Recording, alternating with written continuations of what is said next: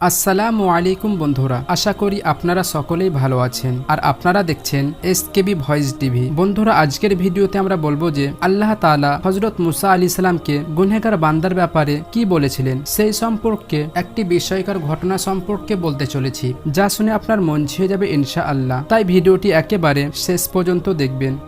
একবার হযরত মুসা আলাইহিস সালাম আল্লাহকে বললেন, হে আল্লাহ, যখন আপনাকে নেকবান্দা ডাক দেয় তখন আপনি তাকে কি উত্তর দেন? তখন আল্লাহ তাআলা বললেন, হে মুসা, আমি ওই বান্দার দিকে তাকিয়ে বলি লাব্বাইক, মানে হে আমার বান্দা, আমি হাজির। আবার হযরত মুসা আলাইহিস সালাম জিজ্ঞাসা করলেন, হে আল্লাহ, যখন আপনাকে গুনহগার বান্দা ডাক দেয় তখন আপনি তাকে কি উত্তর দেন? তখন আল্লাহ তাআলা বললেন, হে মুসা, যখন গুনহগার বান্দা আমাকে ডাক দেয় তখন আমি 3 বার লাব্বাইক বলি। তখন হযরত মুসা আলাইহিস সালাম অবাক হয়ে জিজ্ঞাসা করলেন, যখন আপনাকে নেক বান্দা ডাক দেয় তখন একবার লাব্বাইক বলেন, আর যখন গুনহগার বান্দা আপনাকে ডাক দেয় তখন আপনি 3 বার লাব্বাইক কেন বলেন? তখন আল্লাহ তাআলা বললেন, হে মুসা, যখন আমাকে নেক বান্দা ডাক দেয় তখন সেই বান্দা নেকির ভরসায় ডাকে, আর যখন গুনহগার বান্দা আমাকে ডাক দেয় তখন শুধু রহমতের উপর ভরসা করে আমাকে ডাকে। তো বন্ধুরা, এই ছিল আজকের আমাদের ভিডিও। কেমন লাগলো কমেন্ট করে অবশ্যই জানাবেন, আর আমাদের এই ছোট চ্যানেলটাকে সাবস্ক্রাইব করে পাশে থাকবেন। আজ তাহলে এই পর্যন্ত। আপনারা সকলে ভালো থাকবেন, সুস্থ থাকবেন। আল্লাহ হাফেজ।